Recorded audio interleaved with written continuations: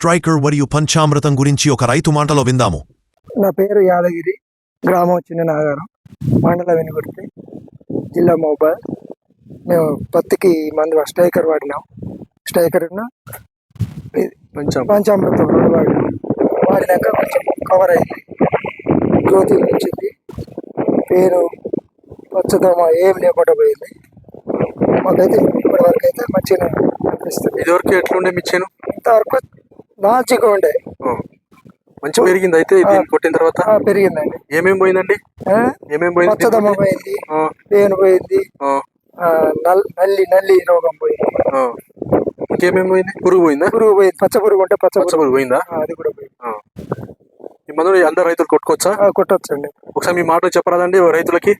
అందరు కొట్టుకోవచ్చు అండి. ఇది నా వరకు అయితే కొంచెం పర్వాలేదు అనిపించింది. కొట్టినాం, ఇప్పుడు 10 రోజులు అయింది కొట్టిన కాంచి అయితే గ్రోతింగ్ కూడా బాగా వచ్చింది, గూడ వస్తుంది, పూత ఉంది.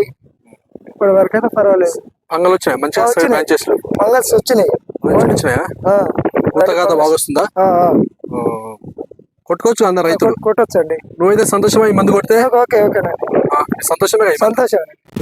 పచ్చదోమ, పేనుబంక, తామర పురుగులు, తెల్లదోమ, పిండి నల్లి వంటి పురుగులు ఆకుల నుండి రసాన్ని పీల్చుకుంటాయి. రసం పీల్చే పురుగుల నివారణకు సరైన వ్యవసాయ పద్ధతులు పాటించడం, నాణ్యమైన స్ట్రైకర్ మరియు పంచామృతాన్ని ఉపయోగించి పత్తి పంటను కాపాడుకుందాం.